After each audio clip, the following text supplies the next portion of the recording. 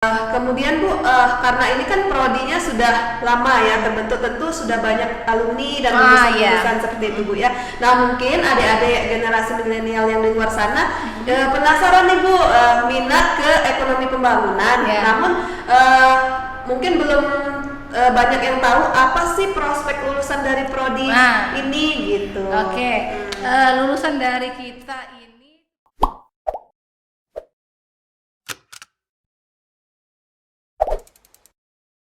Bismillahirrahmanirrahim. Assalamualaikum warahmatullahi wabarakatuh. Kembali lagi bersama kami di podcast Suara Universitas Muhammadiyah Jambi, siaran udara Universitas Muhammadiyah Jambi.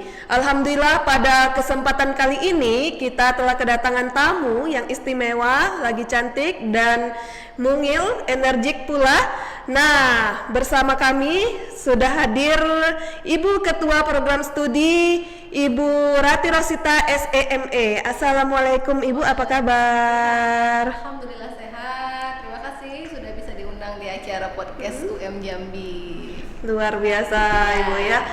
Dan hari ini tentunya kita akan membahas tentang prodi ekonomi pembangunan. Nah, seperti yang kita ketahui bersama bahwa ekonomi pembangunan adalah sebuah program studi yang mempelajari tentang aspek-aspek ekonomi atau kebijakan-kebijakan ekonomi mengenai bagaimana pembangunan daerah ataupun tingkat nasional dari perekonomian itu sendiri. Nah, karena di sebelah saya sudah hadir Ibu Ketua Prodinya, langsung saja kita dengarkan mengenai keberadaan program studi ekonomi pembangunan yang ada di Universitas Muhammadiyah Jambi. Nah, gimana nih Bu? Assalamualaikum warahmatullahi wabarakatuh. Waalaikumsalam. Perkenalkan, tadi saya sudah diperkenalkan juga sama Mbak Lisa.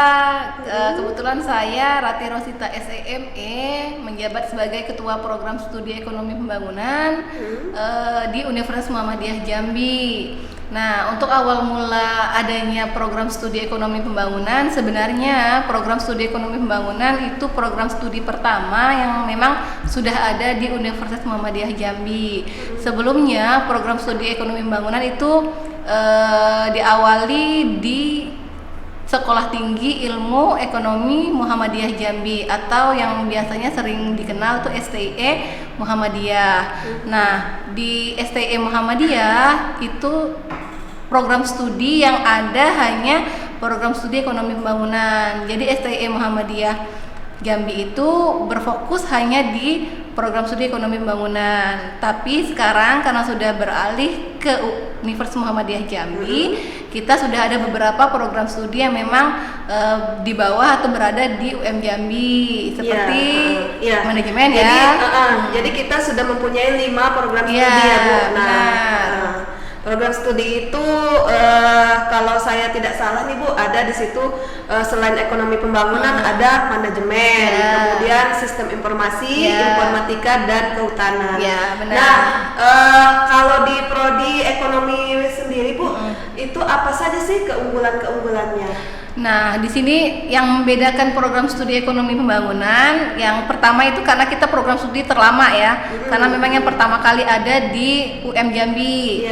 Nah, kemudian juga di sini kita akreditasi kita sudah B.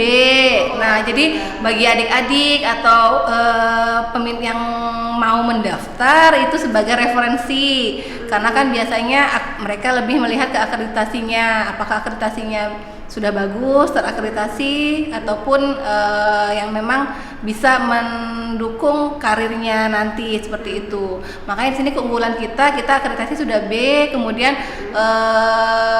dosennya pun juga sudah istilahnya sudah mendapatkan pendidikan atau bergelar doktor seperti itu. Kita ada 3 yang sudah mendapatkan gelar doktor, kemudian masih ada 8 lagi yang masih ingin menyusul yang mendapatkan gelar doktor, dan mungkin mudah-mudahan yang lainnya juga sudah bisa ikut menyusul. Kita ada dosen di ekonomi pembangunan itu ada 32 orang dosen yang memang berstatusnya S2 semua, 8 orang itu sedang berpendidikan sebagai doktor, kemudian 3 sudah menyelesaikan program studi doktornya seperti itu. Ya, berarti keunggulannya sangat banyak Bu ya. Ya, salah satunya tadi sudah dibahas bahwasannya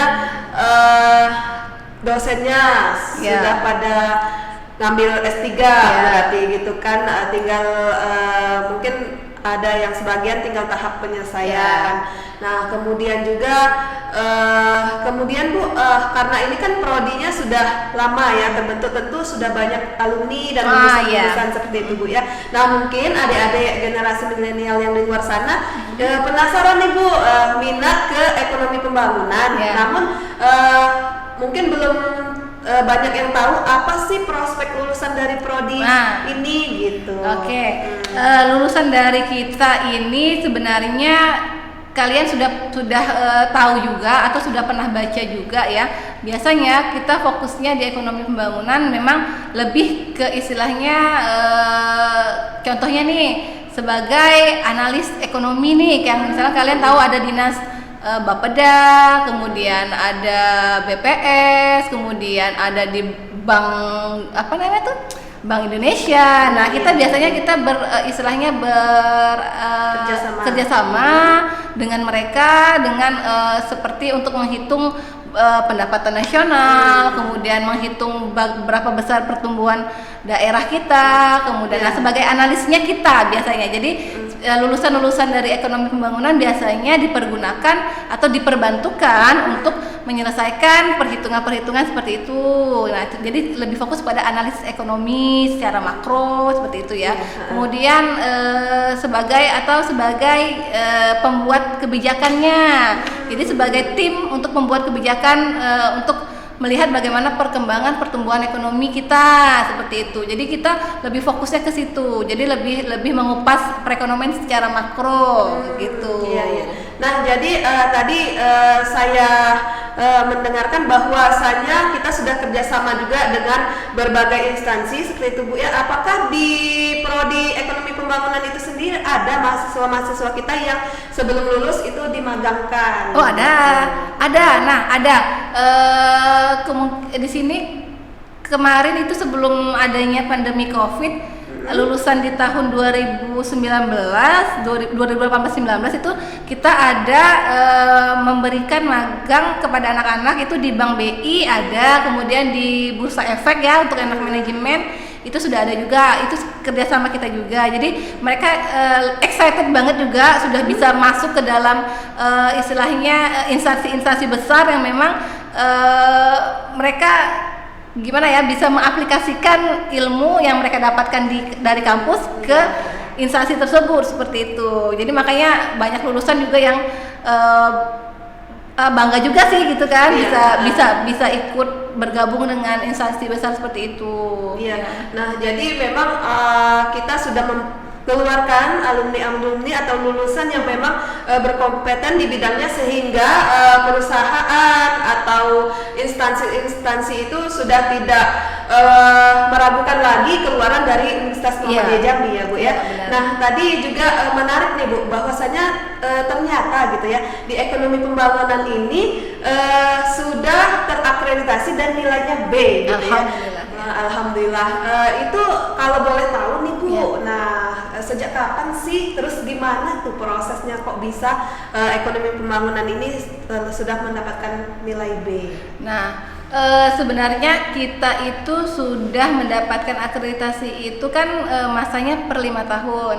Nah, jadi sebenarnya di tahun 2021 ini di April ini kita harus istilahnya itu bukan reakreditasi ya, perpanjangan ya. Kalau sekarang kan kita sudah ada sistem ya.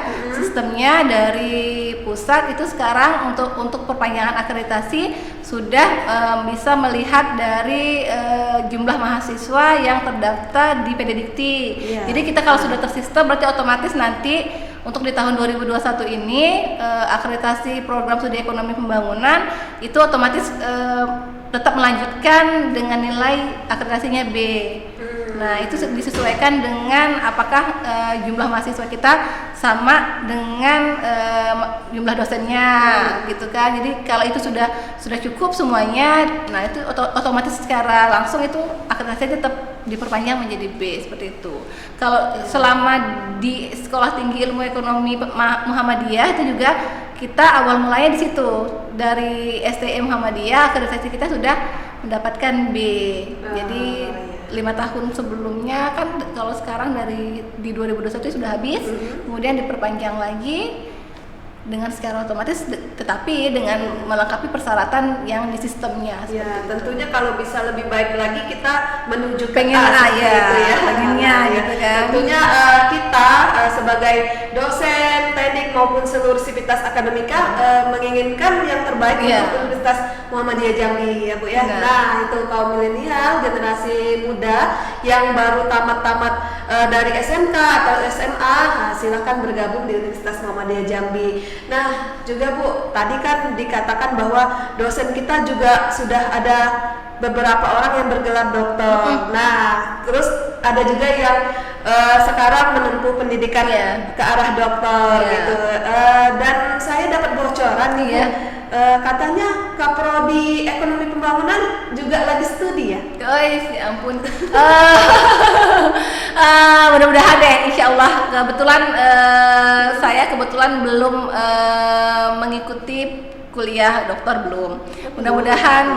Mudah-mudahan nanti secepatnya, karena kan di tahun 2025 ya sudah ada informasinya, itu semua dosen harus bergelar doktor ya minimal. Jadi semua dosen yang di seluruh Indonesia itu gelarnya harus doktor semua. Kalau dulu kan harus S2 gitu kan. Nah, sekarang waktu sudah dekat nih, sudah 2021 ke 2025 kan tinggal 4 tahun lagi tuh. Nah, jadi diharapkan untuk semua dosen, termasuk saya juga ya. Jadi sudah mulailah tuh memperhitungkan untuk melakukan pendidikan atau studi lanjut lagi, seperti berarti itu. ini sebuah tantangan Jadi semua dosen itu harus melewati itu juga gitu kan. Jadi kepada teman-teman yang memang belum, termasuk saya juga, mudah-mudahan dikasih kesempatan lagi untuk mengikuti kuliah di program studi doktornya. Amin, mudah-mudahan ya Bu. Amin. Ya, kemudian tadi juga dijelaskan, mungkin gini Bu, para generasi milenial yang baru tamat SMA, SMK juga ingin tahu nih bahwasannya kalau mereka itu jurusan, maksudnya gini, latar belakang apa sih yang bisa masuk di prodi ekonomi pembangunan gitu. Nah, apakah mereka yang dari SMK, misal mereka kan jurusannya TKJ atau multimedia, kemudian yang jurusan IPA, apakah bisa masuk di prodi ekonomi pembangunan? Oh iya. Nah, kalau untuk lulusan misalkan nih sekolah-sekolah mana aja atau tamatan-tamatan mana aja anak-anak yang bisa masuk di program studi ekonomi pembangunan. Nah, sebenarnya kita tidak menutup dari semua istilahnya latar belakang sekolah atau latar belakang pendidikan jurusannya. Kalau di sekolah tuh ada jurusan ya, ada IPA, IPS, bahasa Indonesia, bahasa Inggris gitu kan, ataupun STM ataupun SMK seperti itu kan. Nah, kalau di kita program studi ekonomi ini istilahnya tidak memilah-milah anak istilah apa namanya itu maru-maru atau mahasiswa baru yang masuk itu dari lulusannya gitu kan. Jadi jurusannya bukan dari IPS saja yang bisa masuk ke ekonomi ya. Kalau mungkin kan anak-anak sekarang mikirnya kalau IPA itu harusnya ke pendidikan MIPA gitu kan, kemudian ke Saintek ataupun ke yang lainnya. Saya sih tidak menutup kemungkinan, karena di sini di program studi ekonomi ini kan nanti kalian akan dibekali dengan mata kuliah dasar nih. Nah, jadi walaupun kalian basic di sekolah menengahnya tidak di ekonomi, nanti di perkuliahan di semester dasar tuh nanti dikasih materi atau perkuliahan, ada mata kuliah dasar yang memang itu akan membekali mahasiswa baru untuk memahami tentang ekonomi. Jadi walaupun dia dari SMK ataupun dari IPA gitu kan, jadi dia akan bisa mengikuti mata kuliah di program studi ekonomi pembangunan gitu. Nah, ya berarti kan bagi adik-adik yang baru tamat atau setelah menyelesaikan dari tahun lalu, misalnya ingin melanjutkan kuliah, mau mereka jurusan apa saja bisa di prodi ekonomi pembangunan ini ya. Kami terima. Ya, akan diterima gitu. Nah, kemudian kalau mata kuliah inti sendiri itu mata kuliah apa Bu yang ada di ekonomi pembangunan? Nah, ya. Nah, di sini khusus ya, kalau di program studi ekonomi pembangunan, mahasiswa atau mahasiswa baru itu pasti akan ketemu dengan mata kuliah dasar nih. Maka tadi saya bilang biasanya kalau anak-anak yang belum tidak ada basic di ekonomi, nanti di program studi ekonomi pembangunan dia akan diberikan mata kuliah dasar. Biasanya nih di semester 1, 2, dan 3 itu mereka akan mendapatkan mata kuliah seperti ekonomi mikro 1, mikro 2, kemudian ekonomi makro 1, makro 2. Nah itu biasanya itu sudah mencakup semua dasar-dasar ekonomi, baik secara ruang lingkup kecil ataupun ruang lingkup besarnya, makro dan mikronya itu. Sama satu lagi itu ekonomi pembangunan. Nah, jadi mata kuliah ekonomi pembangunan itu lebih sama dengan program studi kita ya, ekonomi pembangunan.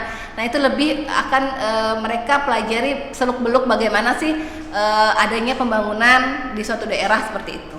Menarik sekali Bu ya, penjelasan tentang prodi ekonomi pembangunan ini. Tadi dikatakan bahwa di ekonomi pembangunan ada mata kuliah inti yaitu ekonomi mikro, ekonomi makro seperti itu Bu ya.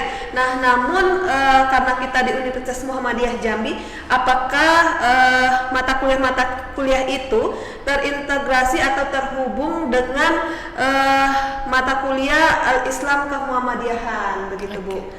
Baik Bu, jangan dijawab dulu, mari kita saksikan yang satu ini.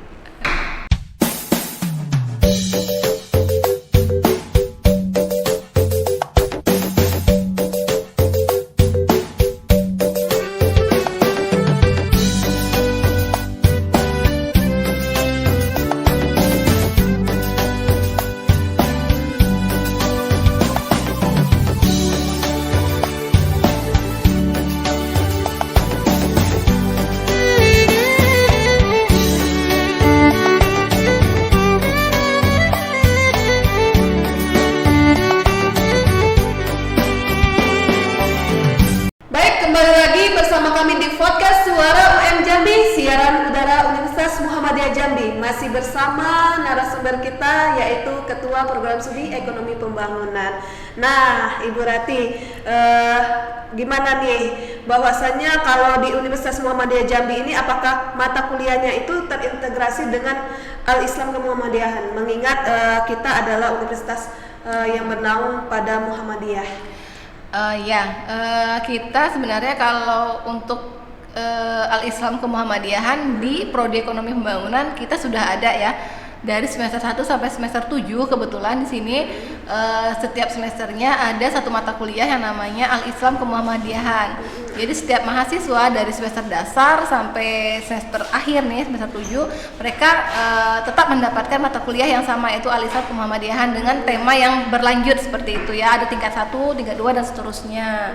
Jadi selain ilmu umum, istilahnya di sini ilmu yang berbasis ekonomi, nah mahasiswa juga dibekali dengan ilmu al-Islamnya gitu kan. Jadi ada yang membedakan kita dengan kampus lain seperti itu. Jadi setiap kampus yang bernaung di bawah Muhammadiyah pasti akan memberikan mata kuliah al-Islam Kemuhammadiyahan seperti itu. Jadi kita di Universitas Muhammadiyah Jambi ini itu adalah mata kuliah yang sangat spesifik sekali Bu ya, yang membedakan dengan universitas lain. Namun kita di Universitas Muhammadiyah Jambi juga tidak menutup kemungkinan menerima calon mahasiswa yang non muslim begitu Bu ya, karena kita sangat menghargai keberagaman dalam beragama itu.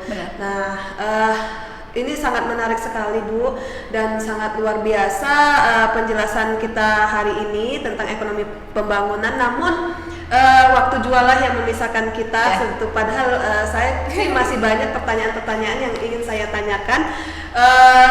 Tapi sebelum kita tutup, mungkin Ibu ingin menyampaikan closing statement atau seruan atau ajakan bagi generasi milenial, anak-anak muda di sana untuk masuk ke prodi ekonomi pembangunan Universitas Jambi.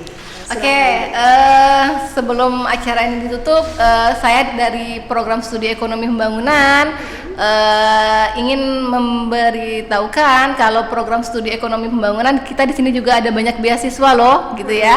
Jadi bagi anak-anak generasi milenial yang mau masuk atau ingin berkuliah tetapi biayanya tidak ada atau kurang gitu kan. Jadi untuk di program studi ekonomi pembangunan kita tiap tahunnya ada mendapatkan beasiswa beberapa beasiswa kita banyak lah, ya ada beberapa beasiswa yang memang bisa didapatkan oleh semua mahasiswa atau anak didik yang baru seperti itu. Jadi kami berharap sekali bagi adik-adik yang ingin berkuliah untuk mendaftarkan di Universitas Muhammadiyah Jambi, yang jika alasannya tidak ada dana ya boleh masuk dengan melalui program beasiswa seperti itu. Kami tunggu bagi adik-adik yang ingin mendaftarkan di Universitas Muhammadiyah Jambi. Iya, luar biasa. Nah, jadi saya tambahkan sedikit bahwa di Universitas Muhammadiyah Jambi kita juga menawarkan beasiswa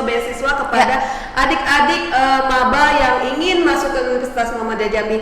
Jadi tidak ada alasan Bu ya, kalau alasannya dana, biaya kuliah, tidak ada alasan. Karena kami akan menawarkan beberapa beasiswa dari awal sampai akhir, sampai tamat perkuliahan gitu. Luar biasa Universitas Muhammadiyah Jambi.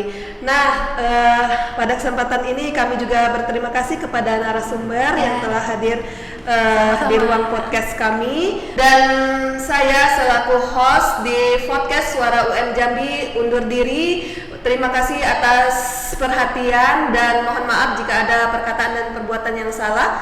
Billahi fisabil haq fastabiqul khairat. Wassalamualaikum warahmatullahi wabarakatuh.